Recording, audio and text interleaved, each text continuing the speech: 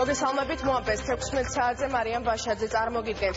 ამ წუთებში პრეზიდენტი მრჩეველებთან ერთად არასამთავრობო სექტორს ხვდება. შეხვედრა დახურულ კარს მიღმა მიმდინარეობს, თუმცა მანამდე გიორგი მარგულაშვილმა განცხადება გააკეთა. მისი თქმით, სახელმწიფო სტრუქტურები აქტიურად მუშაობენ საქმის გამოძიებაზე. მანამდე კი არასამთავრობო სექტორმა პრემიერთან და ძალოვანი უწყებების წარმომადგენლებთან შეხვედრა მოითხოვა და ახალი ინიციატივითაც გამოვიდა, რაც ახალი საგამოძიებო ფორმატის შექმნას გულისხმობს. თემაზე რამდენიმე წამში თამარ გოგესაშვილი ჩაგურთება პირდაპირ ეთერში. პოლიტიკოსების შეფასებებს კი მოგვიანებით ნოდარ ჩანჩუა გაგვაცნობს. მანამდე კი თამარ გოგესაშვილს უსმენთ. თამარ, რა განცხადება გააკეთა გიორგი მარგულაშვილმა?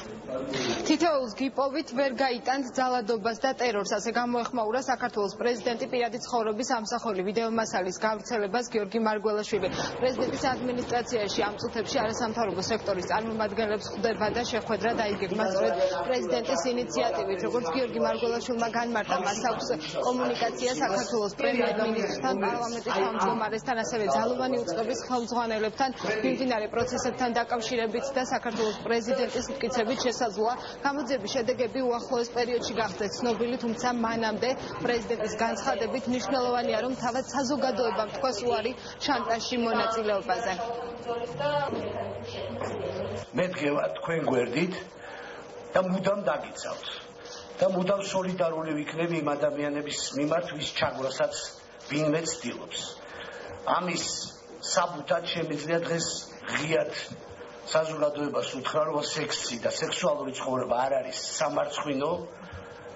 მე პირადად მაქვს სექსუალური ცხოვრება, მქონია სექსუალური ცხოვრება ძალიან მდიდარი და მექნება კიდე მომავალში და იცოდეთ, რომ ყოველთვის დაგიცავთ თქვენ და ამ თემას ყოველთვის მოვაშორებ რაღაცა უაზრო შაუბნელ სტიგმას.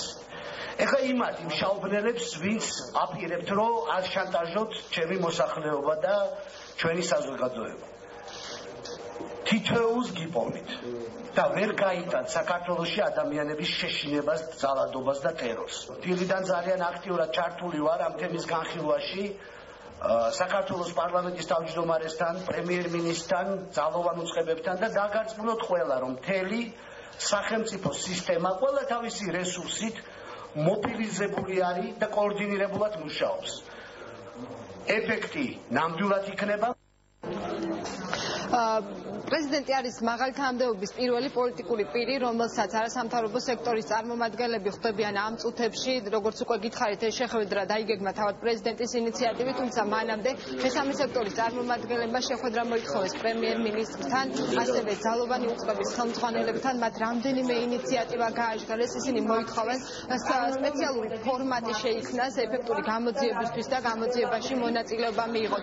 საერთაშორისო ექსპერტებმა ასევე ისინი საუბრობენ დამოუკიდებელი საგამოძიებო მექანიზმის შექმნის აუცილებლობაზე და რეფორმის გაგრძელებაზე ძალოვანი უწყებების დეპოლიტიზების მიზნით. დღეს არასამთავრობო სექტორის წარმომადგენლებმა კიდევ ერთხელ გააკრიტიკეს ხელისუფლების წარმომადგენლები და სწორედ მათ დააკისრეს პასუხისმგებლობა კადრების გავრცელებასთან დაკავშირებით.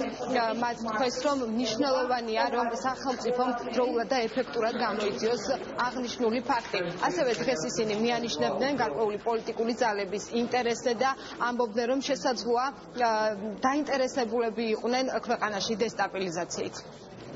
ეს არის პირდაპირი შანტაჟი არა მხოლოდ კონკრეტული ადამიანებისა, რომლებიც არიან ამ ვიდეოებში, არამედ მთელი საზოგადოების და მათი ფსიქოლოგიური წნეხის და ტერორის ქვეშ მყოფების პირდაპირი მცდელობა, რაც არის ძალიან სერიოზული დარტყმა როგორც სამართლიან და თანაბარ წინასაარჩევნო გარემოზე, ასევე ზოგადად დემოკრატიულ გარემოზე ამ ქვეყანაში. ჩვენ ერთი მხრივ ხედავთ, რომ ხელისუფლება არ არის ეფექტური ამ პროცესთან ბრძოლაში, მეორე მხრივ ხედავთ, რომ შესაძლოა უფრო ახალი და საშიში პროცესებიც არის დაწყებული.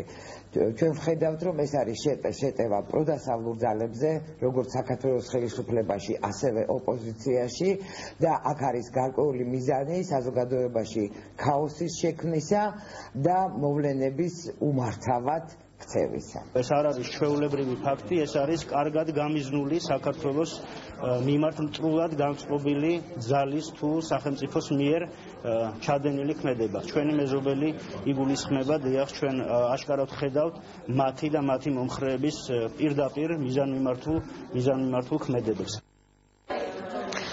არასამთავრობო ორგანიზაციების წარმომადგენლები საუბრობენ არაეფექტურ გამოძიებაზე. ისინი ამბობენ, რომ შესაძლოა დანაშაული იყოს კარგად ორგანიზებული.